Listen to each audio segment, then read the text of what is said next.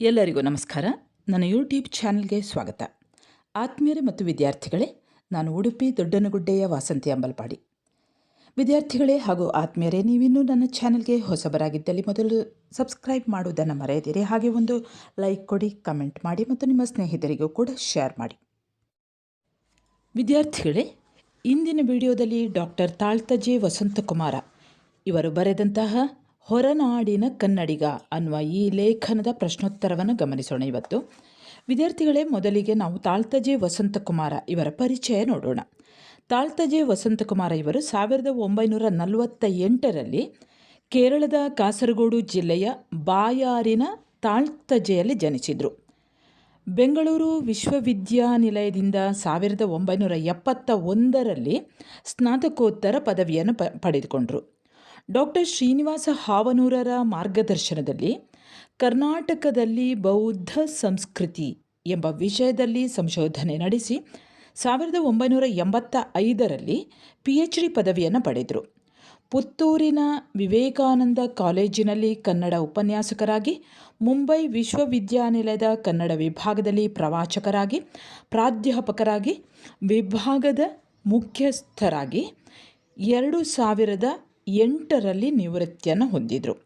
ವಿದ್ಯಾರ್ಥಿಗಳೇ, ಡಾಕ್ಟರ್ ತಾಳ್ತಜೆ ವಸಂತಕುಮಾರ ಇವರು ಅನೇಕ ಕೃತಿಗಳನ್ನು ಬರೆದಿದ್ದಾರೆ. ಅವುಗಳಲ್ಲಿ ಮುಖ್ಯವಾದದ್ದು ನೋಡೋಣ.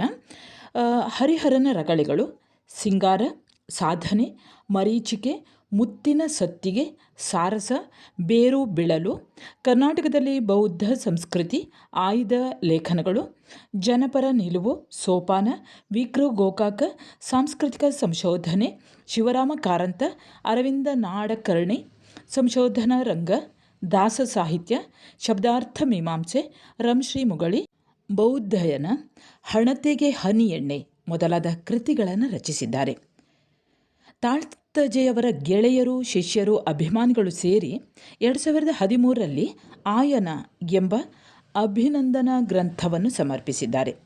ಶ್ರೀಯುತರಿಗೆ 2004ರಲ್ಲಿ ಗೋರೂರು ಪ್ರಶಸ್ತಿ, 2005ರಲ್ಲಿ ಕರ್ನಾಟಕ ಸಾಹಿತ್ಯ ಅಕಾಡೆಮಿಯ ಪ್ರಶಸ್ತಿ, 2010ರಲ್ಲಿ ಕಾಂತಾವರ ಪ್ರಶಸ್ತಿ, 2011ರಲ್ಲಿ ಉಡುಪಿಯ ರಾಷ್ಟ್ರಕವಿ ಗೋವಿಂದ ಪೈ ಸಂಶೋಧನಾ ಕೇಂದ್ರವು ಕೊಡಮಾಡುವ ಸೇಡಿಯಾಪು ವಿದ್ವತ್ ಅನ್ನುವಂತಹ ಪ್ರಶಸ್ತಿ ಕೂಡ ಲಭಿಸಿವೆ.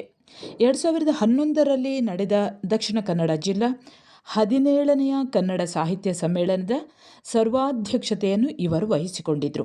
ಇವರ ಮಾರ್ಗದರ್ಶನದಲ್ಲಿ ಒಟ್ಟಿಗೆ 17 ಮಂದಿ PhD ಪದವಿಯನ್ನು ಪಡೆದಿರುತ್ತಾರೆ. ಸರಿ ವಿದ್ಯಾರ್ಥಿಗಳೇ, ಈಗ ನಾವು ಈ ಹೊರನಾಡ ಕನ್ನಡಿಗ ಅನ್ನುವಂತಹ ಈ ಒಂದು ಲೇಖನದ ಪ್ರಶ್ನೋತ್ತರವನ್ನು ಗಮನಿಸೋಣ.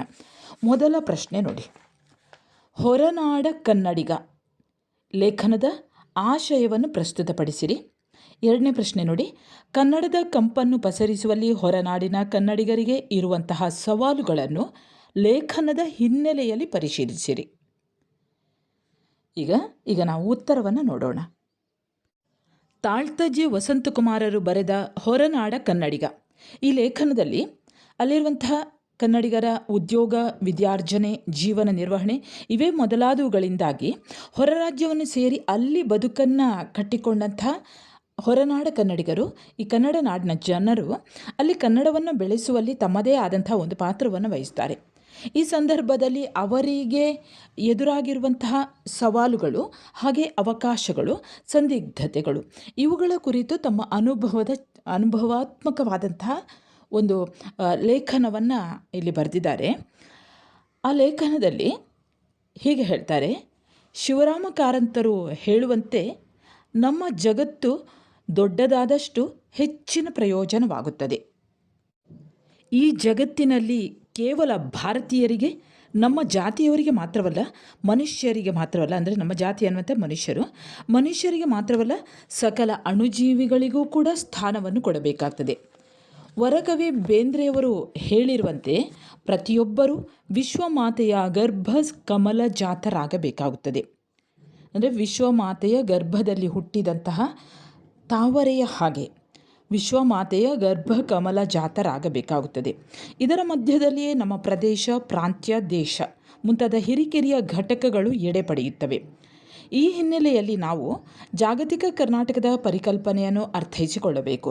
ಇಲ್ಲಿ ಪ್ರತಿಯೊಬ್ಬನೂ ವಿಶಿಷ್ಟವಾದಂತಹ ಭಾಷೆ, ನೆಲ, ಸಂಸ್ಕೃತಿ, ಪರಿಸರಗಳ ಮೂಲಕವೇ ತಮ್ಮ ಅಸ್ಮಿತೆಯನ್ನು ಗುರುತಿಸಿಕೊಳ್ಳುತ್ತಾನೆ. ಆದರೆ ಈ ವಿಭಜನೆ ನಮ್ಮ ಭಾವನಾತ್ಮಕ ಸಂಬಂಧಗಳನ್ನಾಗಲಿ ನಮ್ಮ ದಾಯಿತ್ವವನ್ನಾಗಲಿ ತುಂಡರಿಸಬಾರದು. ಮೊದಲಾಗಿ ನಾವೆಲ್ಲರೂ ಮಾನವರು, ಬಳಿಕ ಭಾರತೀಯರು, ಕನ್ನಡಿಗರು.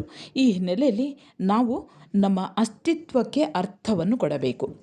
ಮನುಷ್ಯನ ಸಂವೇದನೆಗಳಿಗೆ ವೈಯಕ್ತಿಕ ಮತ್ತು ಸಾಮುದಾಯಿಕ ಎಂಬ 2 ಮೂಲ ನೆಲೆಗಳಿವೆ.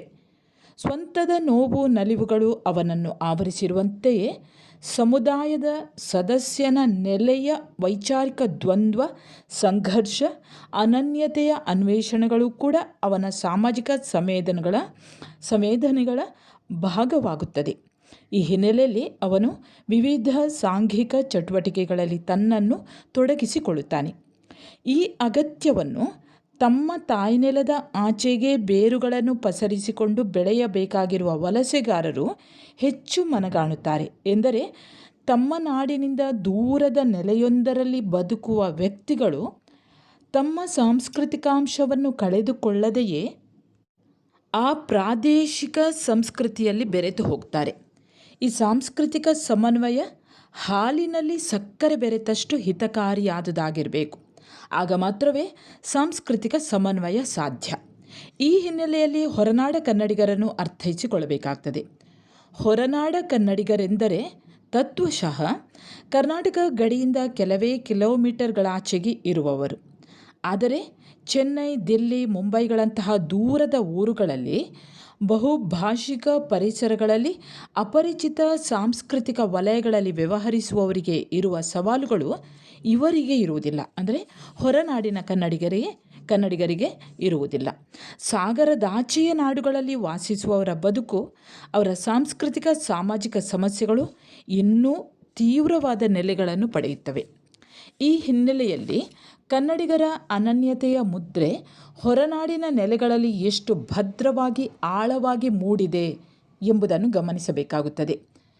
ಹೊರನಾಡುಗಳಲ್ಲಿ ಇರುವಂತಹ ಕನ್ನಡಿಗರು ಆರ್ಥಿಕ ಹಾಗೂ ಸಂಘಟನಾದಿ ದೃಷ್ಟಿಯಿಂದ ಹಿಂದುಳಿದಿಲ್ಲವಾದರೂ ಭಾವನಾತ್ಮಕ ದೃಷ್ಟಿಯಿಂದ ಅವರು ಹಿಂದುಳಿದಿದ್ದಾರೆ. ಅವರ ಭಾವತಂತುಗಳು ಕನ್ನಡದ ತಮ್ಮ ಪರಿಸರಕ್ಕಾಗಿ ಮಿಡಿಯುತ್ತಲೇ ಇರುತ್ತವೆ. ಕೊನೆಗೊಂದು ದಿನ ತಮ್ಮ ನಾಡಿಗೆ ತಾವು ಹೋಗುವವರೇ ಎಂಬ ಎಚ್ಚರ ಅವರಲ್ಲಿ ಇರುತ್ತದೆ. ಹೀಗಾಗಿ ಅವರಿಗೆ ಹೊರನಾಡ ಚಟುವಟಿಕೆಗಳಲ್ಲಿ ತಮ್ಮನ್ನು ತೊಡಗಿಸಿಕೊಳ್ಳುವುದು ಅಸಾಧ್ಯವಾಗುತ್ತದೆ.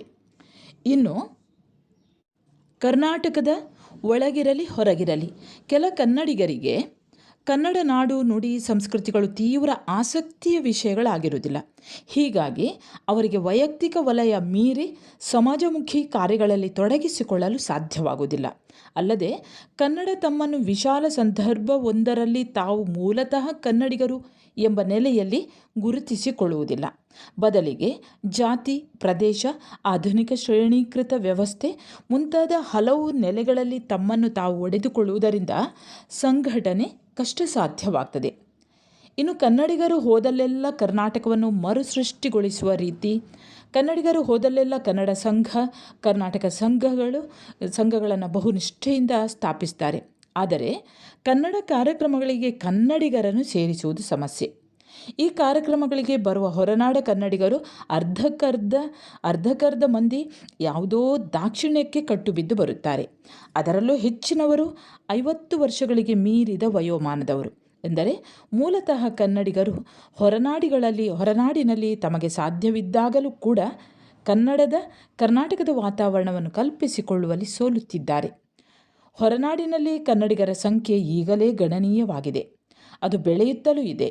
ಈ ನಿಟ್ಟಿನಲ್ಲಿ ಹೊರನಾಡ ಕನ್ನಡಿಗರು ಸ್ವಕೇಂದ್ರಿತವಾದ ಅಸ್ಮಿತೆಯ ಬಗೆಗೆ ಅವಧಾರಣೆಯನ್ನು ತಾಳುವ ಅಗತ್ಯವಿದೆ. ಆಗ ಮಾತ್ರ ಹೊರನಾಡುಗಳಲ್ಲಿಯೂ ಕೂಡ ಕನ್ನಡವನ್ನು ಉಳಿಸುವ, ಅರಳಿಸುವ ಕಾಯಕ ಸಫಲವಾಗಬಹುದು. ಇನ್ನು 5 ಅಂಕದ ಪ್ರಶ್ನೆ ಗಮನಿಸಿ. ಒಳನಾಡಿನವರು ಹೊರನಾಡ ಕನ್ನಡಿಗರಿಗೆ ಸ್ಪಂದಿಸುವ ಅವಶ್ಯಕ ಅಂಶಗಳನ್ನು ತಿಳಿಸಿರಿ. ಒಳನಾಡಿನಲ್ಲಿ ಇರುವಂತಹ ಕನ್ನಡಿಗರು ಹೊರನಾಡಿನ ಕನ್ನಡಿಗರಿಗೆ ಸ್ಪಂದಿಸುವಂತಹ ಅವಶ್ಯಕತೆ ತುಂಬ ಇದೆ ಎಂದು ತಾಳ್ತಜೆ ವಸಂತಕುಮಾರ್ ಅವರು ಹೊರನಾಡಿನ ಕನ್ನಡಿಗ ಅನ್ನುವಂತಹ ಈ ಲೇಖನದಲ್ಲಿ ಹೇಳ್ತಾರೆ, ಹೊರನಾಡಿನಲ್ಲಿ ಇರುವಂತಹ ಕನ್ನಡಿಗರು ಒಳನಾಡಿನಲ್ಲಿ ಇರುವ ಈ ಕನ್ನಡಿಗರು ಹೊರನಾಡಿನಲ್ಲಿ ಇರುವಂತಹ ಅಂದರೆ ಹೊರನಾಡಿನಲ್ಲಿ ಬದುಕನ್ನು ಕಂಡುಕೊಳ್ತಾ ಇರುವಂತಹ ಕನ್ನಡಿಗರಲ್ಲಿ ಇರುವಂತಹ ಸಮಸ್ಯೆ, ಬೇಡಿಕೆ, ಒತ್ತಾಯಗಳನ್ನು ಒಳನಾಡಿನಲ್ಲಿ ವಾಸ ಮಾಡಿಕೊಂಡು ಇರುವಂತಹ ಅಂದರೆ ಕರ್ನಾಟಕದಲ್ಲಿ ವಾಸಿಸಿರುವಂತಹ ಕನ್ನಡಿಗರು ಆಯಾ ಸಂದರ್ಭಗಳಲ್ಲಿ ಗ್ರಹಿಸಬೇಕಾದದ್ದು ಬಹುಮುಖ್ಯವಾದಂಥ ಸಂಗತಿ ಅಂತ ಹೇಳ್ತಾರೆ. ಇದು ಹೊರನಾಡ ಕನ್ನಡಿಗರ ಹಿರಿಯಾಸೆಯೂ ಆಗಿದೆ. ಒಳನಾಡಿನ ಕನ್ನಡಿಗರು ಹೊರನಾಡ ಕನ್ನಡಿಗರನ್ನು ಸರಿಯಾಗಿ ಅರ್ಥೈಸಿಕೊಳ್ಳಬೇಕಿದೆ. ಬರಿಯ ಸಮ್ಮೇಳನ ಅಥವಾ ವಿಚಾರ ಸಂಕಿರಣಗಳಿಗೆ ಆಹ್ವಾನಿತರೋ ಶ್ರೋತೃಗಳೋ ಆಗುವಲ್ಲಿ ನಮ್ಮ ಪಾತ್ರ ಮುಗಿದು ಬಿಡುವುದಿಲ್ಲ. ಅರ್ಥೈಸಿಕೊಳ್ಳಬೇಕು, ಅದು ಬಹುಮುಖ್ಯವಾದಂತಹ ಸಂಗತಿ. ಒಳನಾಡ ಕನ್ನಡಿಗರಿಗಾಗಲಿ ಹೊರನಾಡ ಕನ್ನಡಿಗರಿಗಾಗಲಿ ಬಹುಮುಖ್ಯವಾಗಿ ಕನ್ನಡ ನಾಡು ನುಡಿಯ ಬಗ್ಗೆ ಆಸ್ಥೆ ಇರಬೇಕಾದುದು, ಕಾಳಜಿ ಇರಬೇಕಾದುದು ಬಹಳ ಮುಖ್ಯ. ಆದರೆ ಕನ್ನಡಿಗರಲ್ಲಿ ಈ ಬಗ್ಗೆ ಅನಾಸಕ್ತಿಯೇ ಹೆಚ್ಚಾಗಿದೆ. ಕನ್ನಡಿಗರು ಕರ್ನಾಟಕದ ಒಳಗಿರಲಿ ಹೊರಗಿರಲಿ ಕನ್ನಡ ನಾಡು ನುಡಿ ಸಂಸ್ಕೃತಿ ನಮ್ಮಲ್ಲಿ ಇರುವಂತಹ ಹೆಚ್ಚಿನವರಿಗೆ ಅದು ಆಸಕ್ತಿಯ ವಿಷಯಗಳಾಗಬೇಕಾದದ್ದು ಅವಶ್ಯವಿದೆ ಅನ್ನೋದನ್ನು ಲೇಖಕರು ತಮ್ಮ ಲೇಖನದಲ್ಲಿ ಸ್ಪಷ್ಟಪಡಿಸುತ್ತಾರೆ. ಇನ್ನು ವಿದ್ಯಾರ್ಥಿಗಳೇ, ಟಿಪ್ಪಣಿಗೂ ಕೂಡ ಇದೇ ವಿಷಯ ಕೊಡ್ಬೋದು. ಹೊರನಾಡಿನ ಕನ್ನಡಿಗ ಅನ್ನುವಂತಹ ವಿಷಯವನ್ನೇ ಕೊಡ್ಬೋದು. ಇದನ್ನು ಸ್ವಲ್ಪ ಸಂಕ್ಷಿಪ್ತವಾಗಿ ಬರೆಯಿರಿ. ಇನ್ನು ಒಂದು ಅಂಕದ ಪ್ರಶ್ನೆ ನೋಡಿ. ಹೊರನಾಡ ಕನ್ನಡಿಗ ಈ ಲೇಖನವನ್ನು ಬರೆದವರು ಯಾರು? ಉತ್ತರ ಡಾಕ್ಟರ್ ವಸಂತಕುಮಾರ್ ತಾಳ್ತಜೆ. ಎರಡನೇ ಪ್ರಶ್ನೆ, ಈ ಲೇಖನದ ಆಶಯವೇನು? ಉತ್ತರ ಹೊರನಾಡ ಕನ್ನಡಿಗರು ಸವಾಲು ಹಾಗೂ ಹೊರನಾಡುಗಳಲ್ಲಿ ಕನ್ನಡ ನಾಡು ನುಡಿ ವಾತಾವರಣ ಬೆಳೆಸುವ ಬಗ್ಗೆಯೇ ಈ ಲೇಖನದ ಆಶಯ. ಇನ್ನು ಮೂರನೆಯ ಪ್ರಶ್ನೆ, ಅಸ್ಮಿತತೆಯನ್ನು ಗುರುತಿಸಿಕೊಳ್ಳುವ ಮೂಲಗಳು ಯಾವುವು? ಉತ್ತರ ಭಾಷೆ, ನೆಲ, ಸಂಸ್ಕೃತಿ, ಪರಿಸರ. ಮುಂದಿನ ಪ್ರಶ್ನೆ, ಅಸ್ಮಿತತೆಯ ವಿಭಜನೆ ಏನನ್ನು ಒಡೆಯಬಾರದು? ಉತ್ತರ ಭಾವನಾತ್ಮಕ ಸಂಬಂಧ ಹಾಗೂ ದಾಯಿತ್ವಗಳನ್ನು ಒಡೆಯಬಾರದು. ಮುಂದಿನ ಪ್ರಶ್ನೆ, ಜಾಗತಿಕ ಪ್ರಜ್ಞೆ ಎಂದರೆ ಏನು? ಉತ್ತರ ಮಾನವರೆಲ್ಲ ಒಂದು ಅನ್ನುವುದು ಜಾಗತಿಕ ಪ್ರಜ್ಞೆ. ಆರನೇ ಪ್ರಶ್ನೆ, ಮೊದಲ ಪ್ರಜ್ಞೆ ಯಾವುದು? ಉತ್ತರ ಜಾಗತಿಕ ಪ್ರಜ್ಞೆ ಅಥವಾ ವಿಶ್ವಪ್ರಜ್ಞೆ. ಏಳನೇ ಪ್ರಶ್ನೆ, ಜಾಗತಿಕ ಪ್ರಜ್ಞೆಯ ನಂತರದ ಪ್ರಜ್ಞೆಗಳು ಯಾವುವು? ಉತ್ತರ ದೇಶ ಪ್ರಜ್ಞೆ ಹಾಗೂ ನಾಡ ಪ್ರಜ್ಞೆ. ಎಂಟನೆಯ ಪ್ರಶ್ನೆ, ಹೊರನಾಡ ಕನ್ನಡಿಗರು ಯಾರು? ಉತ್ತರ ಕನ್ನಡದ ಗಡಿಯಿಂದ ಹೊರಗಿರುವವರು ಹೊರನಾಡ ಕನ್ನಡಿಗರು. ಒಂಬತ್ತನೇ ಪ್ರಶ್ನೆ, ಕನ್ನಡ ನಾಡು ನುಡಿ ಸಂಸ್ಕೃತಿಗಳ ಬಗೆಗೆ ಕನ್ನಡಿಗರಿಗೆ ಏನು ಇರಬೇಕು? ಉತ್ತರ ಕನ್ನಡಿಗರಿಗೆ ತೀವ್ರವಾದ ಆಸಕ್ತಿ ಇರಬೇಕು. ಕೊನೆಯ ಪ್ರಶ್ನೆ, ಹೊರನಾಡ ಕನ್ನಡಿಗರು ಯಾವುದರಲ್ಲಿ ಸೋಲುತ್ತಿದ್ದಾರೆ? ಉತ್ತರ ಹೊರನಾಡ ಕನ್ನಡಿಗರು ಹೊರನಾಡುಗಳಲ್ಲಿ ತಮಗೆ ಸಾಧ್ಯವಿದ್ದಾಗಲೂ ಕನ್ನಡದ ಹಾಗೂ ಕರ್ನಾಟಕದ ವಾತಾವರಣವನ್ನು ಕಲ್ಪಿಸಿಕೊಳ್ಳುವಲ್ಲಿ ಸೋಲುತ್ತಿದ್ದಾರೆ.